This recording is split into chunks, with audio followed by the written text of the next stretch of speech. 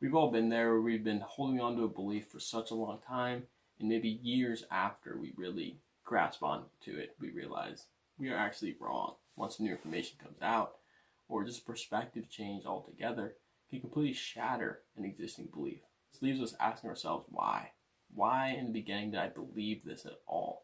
Today we're going to be answering that question. I really think the most helpful thing about this episode is the fact that just by learning why it is that we believe things that we shouldn't, we can prevent it from happening in the future. Let's get started.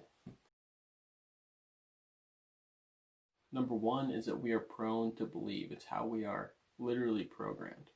Humans in the past who were less likely to question somebody when they came up and said, hey, there's a lion chasing us right now, we're more likely to survive. If that person responded with, hey, wait, let me see your evidence for this. What's your logical argument that suggests a lion is chasing us right now? Clearly that guy didn't make it. He didn't make it past the first week. This has produced an innate ability in humans to first believe something before we disregard it as untrue. We've all experienced it. I'm sure maybe a sibling or a parent or something has run up to you and said something that was completely outrageous, and for just a split second you believed it. That is that function of the brain breaking through to modern day. The second thing is that the lack of information makes it extremely easy to believe something.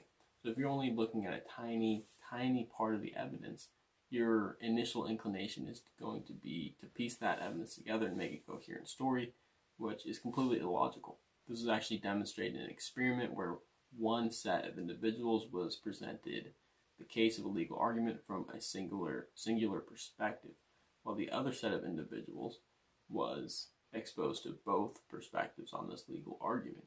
The outcome was that the individuals who only listened to one side of the story made a much easier decision on what they think that the verdict should have been. However, the individuals who listened to both sides had a much harder time determining what the actual verdict should have been.